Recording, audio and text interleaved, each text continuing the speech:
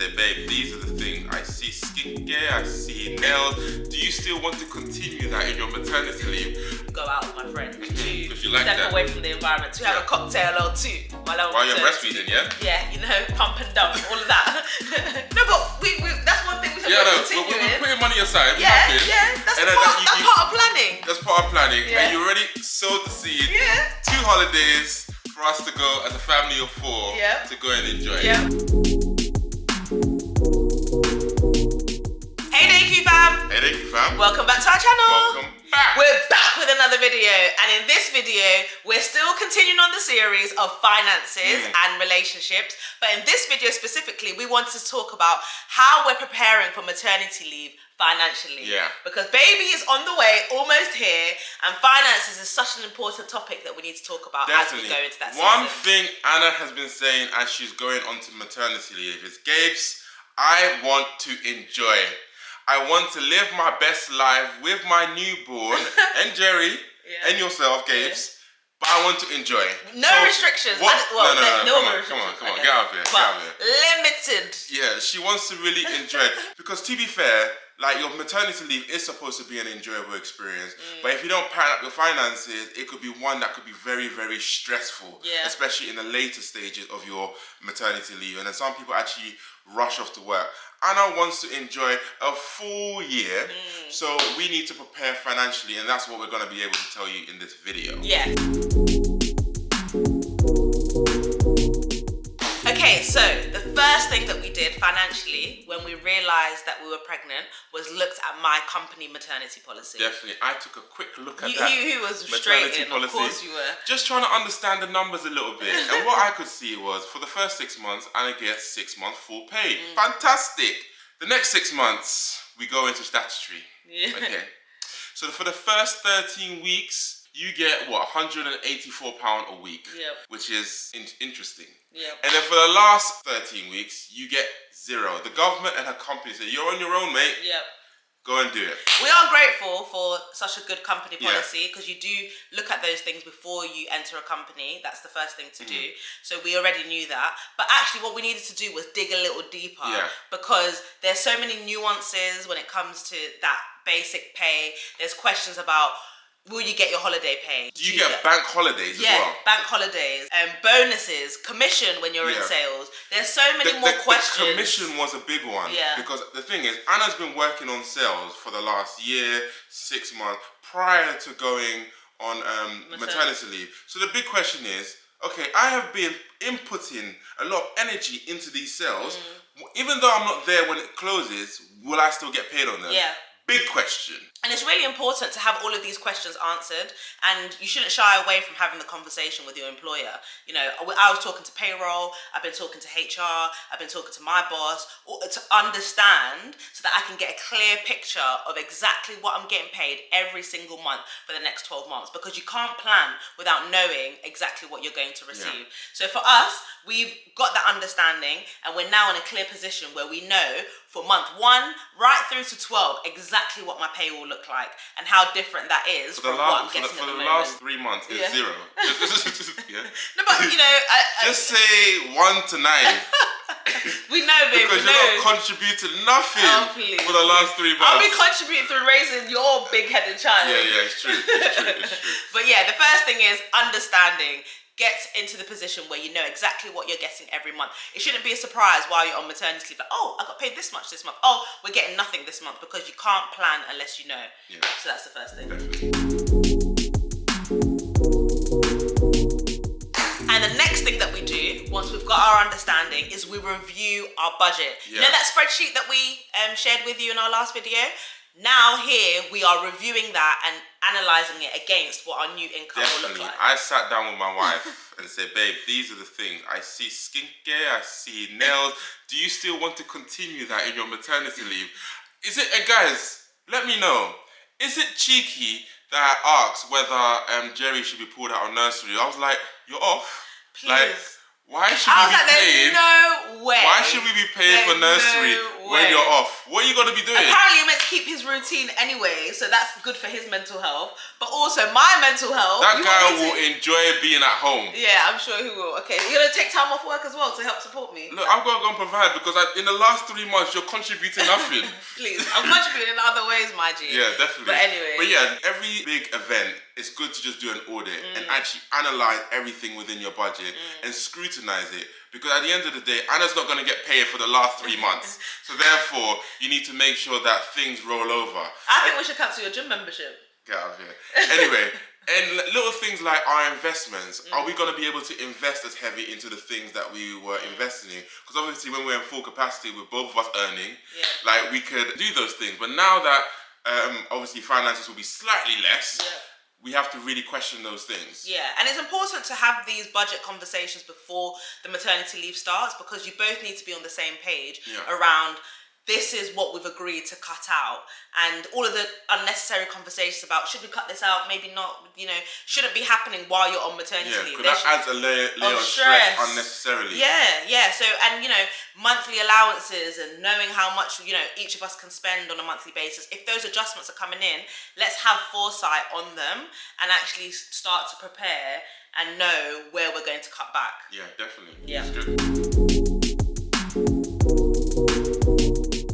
The next thing that we do, now we've identified exactly how much we'll be getting in that time off, is kill all debt. So I think we found out we were pregnant in the first few months. From that moment, we have been trying to kill off all debt because what we tend to do, we have credit cards and we just roll our credit cards and we utilize it. Obviously, because we're trying to get air miles so we can be outside, But now that we're going into maternity leave, there can't be anything outstanding.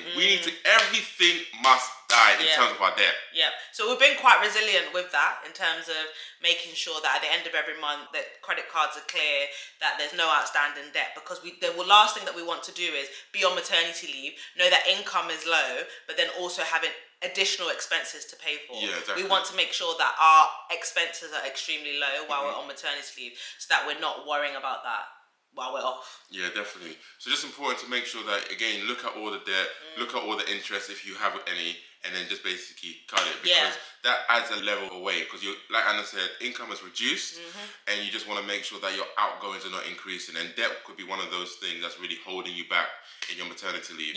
So prior to jumping on it, cut it. Yeah, and we've been really restrictive in this season because we know that when I'm on maternity leave, there's just more time to actually spend money. Because when I'm working, Amazon in the night, or going out, in the daytime, which I don't necessarily need to do right now because I'm working full time. There's just more time to spend more money. So the more we can restrict our expenses now, the better it will be for later.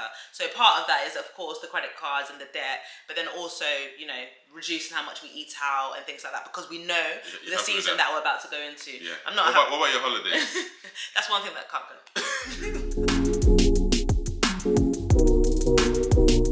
And another way that we're preparing financially is by allocating me an allowance while I'm off. I'm so looking forward to it. I know I've been joking about, reduced pay and not earn anything, but one thing I really want to happen during your maternity is for you to really enjoy it. You all know that Anna didn't have a maternity leave in the first instance with Jerry because she decided to go back to work quite quickly. So this is our second child, but it's your first maternity leave. Maternity leave is an enjoyable experience because you brought new life into the world, but it's also very stressful. It's hard work. There are sleepless nights. So I don't want money to be one of those things that is also another added issue. So there will be an allowance. There will be money for you to go and enjoy, have your lunches, have your coffee catch-ups, occasional spa maybe once in a while. Once a week. But it just money needs to be set aside for you to do whatever you want to do. Yeah. The strain on mothers when you're on leave or taking care of your child full time is real. Like depression and other things and the isolation that you could feel as a mother is very tough. Definitely. So for us, we want to put provisions in place, financial provisions, so that I have the ability to go out with my friends, to 'Cause you like step that. away from the environment, to have a cocktail or two while you're breastfeeding, yeah? Yeah, you know, pump and dump, all of that. No, but it's really important. And, you know, sometimes, you know, husbands want to be able to do that, or families want to be able to do that for their mothers, but they can't because of the financial constraint. So one thing we're doing is just really preparing for that. We're thinking about that in advance, and we're saying, okay, right, based on the budget that we're creating now, let's put an allowance in for those types of activities. And we're discussing how much do we think is right. You know, we don't want it to be in excess because it's a tough season financially. We won't have as much as we're used to, but then also we don't want it to be too restrictive where you can't actually do much with it. So those conversations are happening. We're putting those numbers in place. The standing order will be in place. That automatically goes into my account, because there's no way that we can start having that conversation when we've got the newborn, we're fighting for our lives, and then we're trying to work out, okay, how much. Anna has really been sowing seeds for the future.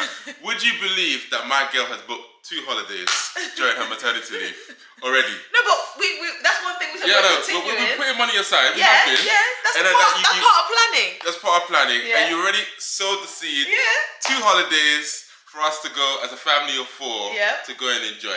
We've booked it for 3, but that 4th child will be added. Amen. And I mean, it's really good because then we've got something to look forward to as well as a family. You know, you'll be stressed from work, so we can relieve that stress through a holiday. Amen. But it's all because we've financially planned. We first understood exactly what we're getting. We negotiated, we had the discussions, and we're clear on what we're getting. We had the budget talks, we set the allowances aside, and it's just enabled us to just cutting certain expenses out as well, so that we can have the holidays. So it's Jerry, really important. is Jerry gonna stay home from nursery? He's already home a few days a week. Don't worry, babe, we've got that. But we're not reducing it anymore. Thank you. Fantastic. And last but not least, another way that we're financially planning for maternity leave is through not overspending on this newborn child. One thing we realized with Jerry, you don't need much. We bought everything. Every gadget under the sun. Yep. We had it, but you don't need much, because really and truly, for the first 6 months, baby's gonna be lying beside you in your next to me cot anyway. And then you're just gonna need a few like baby grows in the initial phase. And then they grow very quickly, and then you can start buying clothes slowly and slowly and slowly. We've got the benefit that this is our second child, and it'll be even more beneficial if the baby was a boy as well, because we've already got all the clothes and everything necessary. But we did make sure that we kept a lot of the things that we felt were useful in that first time.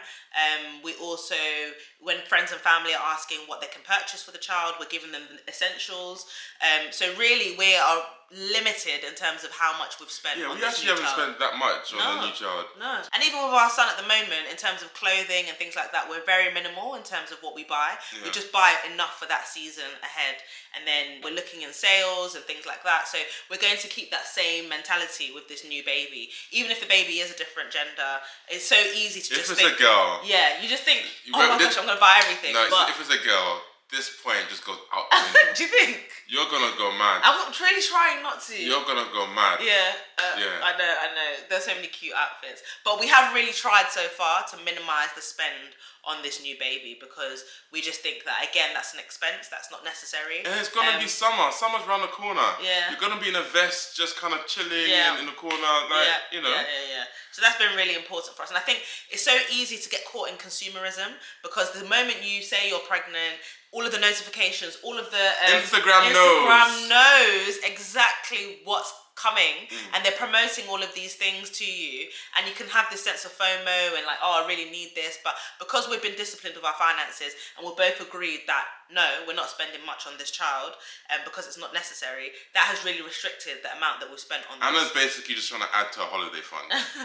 You've got to prioritize. It's a season where you know that actually you can't do everything that you used to do. So what are the negotiables? And for us, this is one of the negotiables. Holidays are not negotiable. Well, maybe the type of holidays that we go on, or the number of holidays we go on, but holidays is something that is a staple in the Deku household. It's staple. Yeah, it is. But other things are not. So I think it's just, what we're trying to say in this video is make sure that you're planning You know, fail to plan, you plan to fail.